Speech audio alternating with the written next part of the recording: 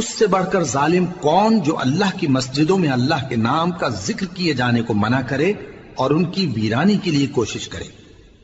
ان لوگوں کو کچھ حق نہیں کہ ان مسجدوں میں داخل ہوں مگر ڈرتے ہوئے۔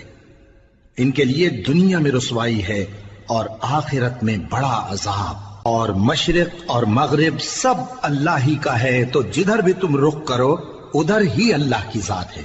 بے شک اللہ صاحب وسعت ہے، باخبر ہے۔ اور یہ لوگ اس بات کے قائل ہیں کہ اللہ اولاد رکھتا ہے۔ نہیں، وہ پاک ہے، بلکہ جو کچھ آسمانوں اور زمین میں ہے سب اسی کا ہے اور سب اس کے فرما بردار ہیں۔